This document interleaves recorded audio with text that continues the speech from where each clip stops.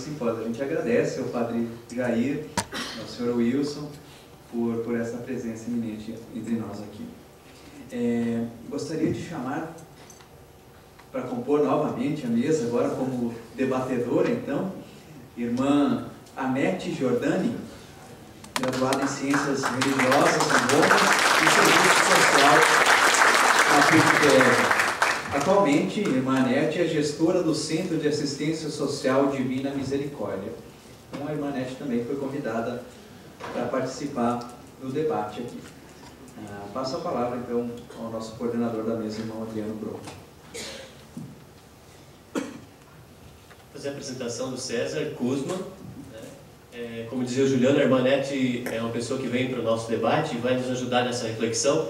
Trabalha muito inserida nas comunidades com ação social.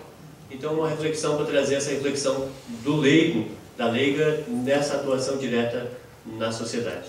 E o César Kuzma vai fazer a reflexão dessa noite, nos apresentando um pouquinho a presença do leigo, né, a figura do leigo, e o tema desse dia, leigos e leigas abertos para uma sociedade aberta.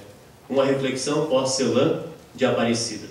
O professor César, um pouco o currículo dele, muitos de vocês já o conhecem, já sabem, mas acho que é interessante. Bacharel em Teologia pela Pontifícia Universidade Católica do Paraná, mestre em Teologia pela Pontifícia Universidade Católica do Rio de Janeiro e doutorando em Teologia pela Pontifícia Universidade Católica do Rio de Janeiro. E é professor de Teologia Sistemática e Teologia Pastoral da PUC desde 2007.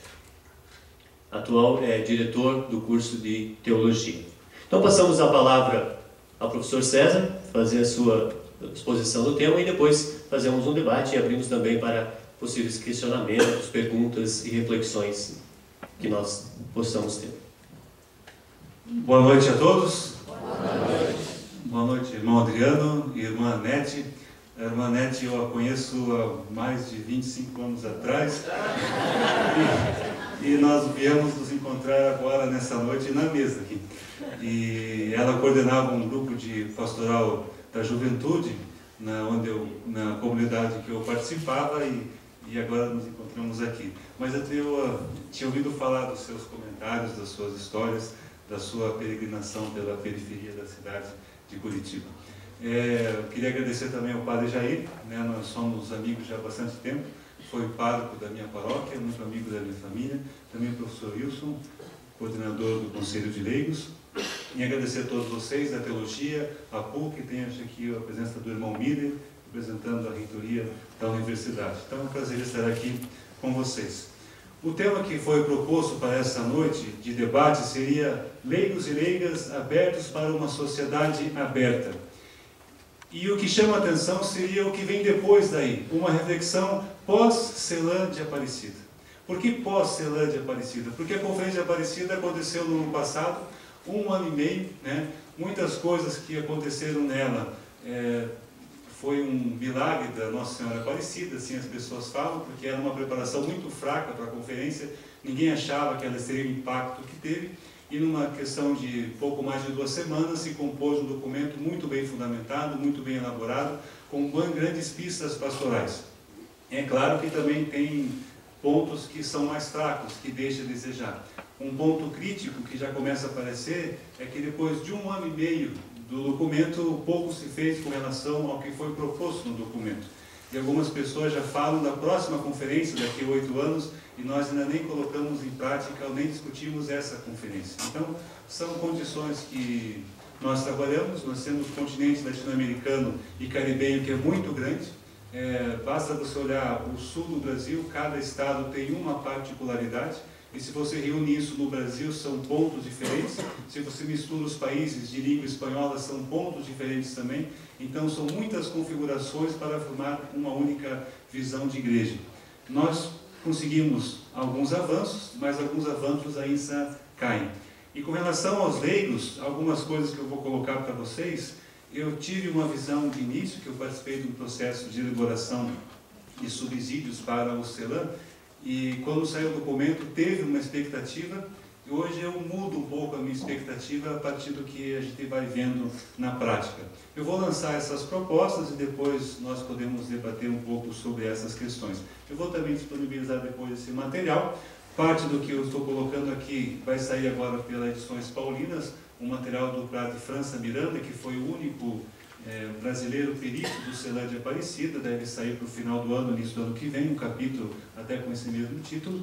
E uma outra parte nós estamos inaugurando mais completa, aí um trabalho de 200 páginas, está sendo inaugurado uma coleção de teologia aqui na PUC, na editora Champagnat, e a primeira obra vai ser um pouco sobre a questão do laicato, a teologia do laicato para o século XXI.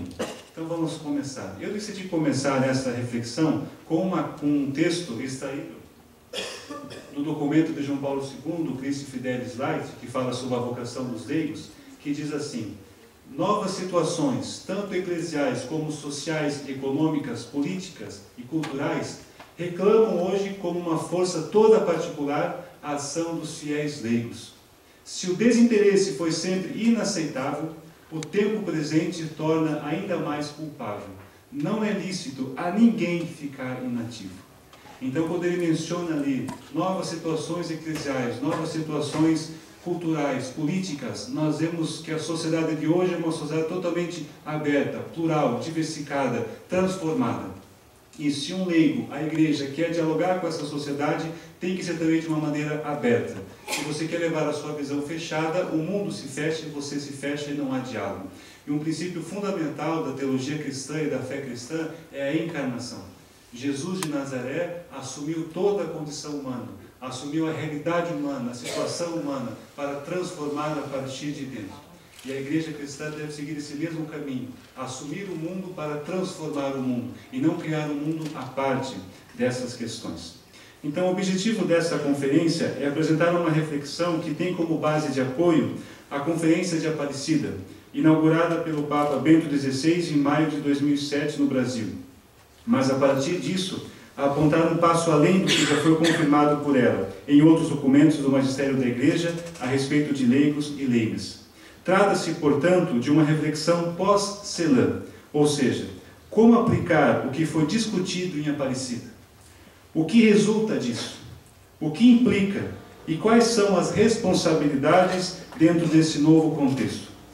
Ao se destacar o título Indicação de Leigos Abertos, nos incide obrigatoriamente a uma ação numa sociedade também aberta, pois ela se apresenta hoje de maneira plural, multicultural e multirreligiosa.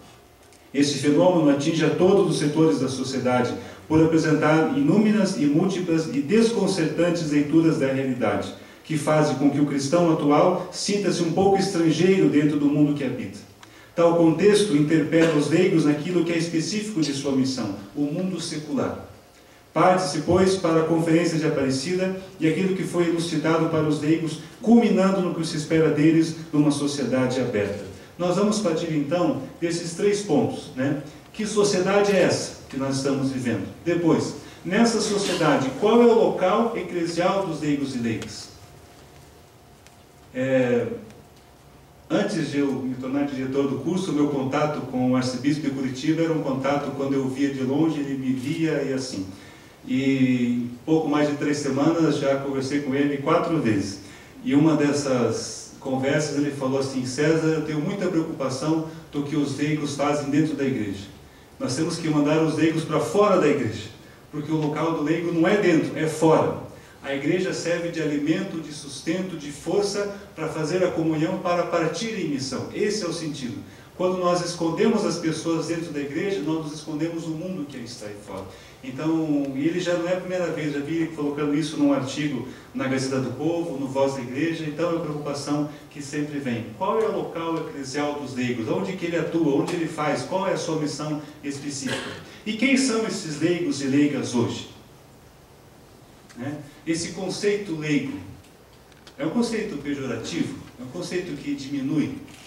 Então, como que isso é colocado? Como que isso surgiu para nós? E como que podemos assumir de fato essas questões? Então, para partir desse ponto, vamos começar por essa sociedade atual, né? E o local eclesial dos leigos. Então, é uma sociedade plural, multicultural e religiosa. E ela se apresenta também, e isso fica muito elucidado no documento de Aparecida, em pontos pré-modernos, modernos e pós-modernos. A sociedade que nós vivemos hoje, não é porque nós estamos aqui num auditório moderno, com infraestrutura, temos uma cidade que tem os seus problemas, e muitos, nós vemos isso bastante, mas tem algumas questões fáceis. O mundo hoje tem internet, vídeo, multimídia, telefone, você pode falar com todo mundo, mas nós temos também situações de modernidade e de pré-modernidade. E o documento de Aparecida deixa bem claro que a sociedade latino-americana e caribenha, ela vai do pré-moderno ao moderno. E as nossas práticas eclesiais, elas se sustentam no pré-moderno. Nós temos práticas hoje que vão ser as mesmas práticas e atitudes que nós tínhamos há 50, 60 anos.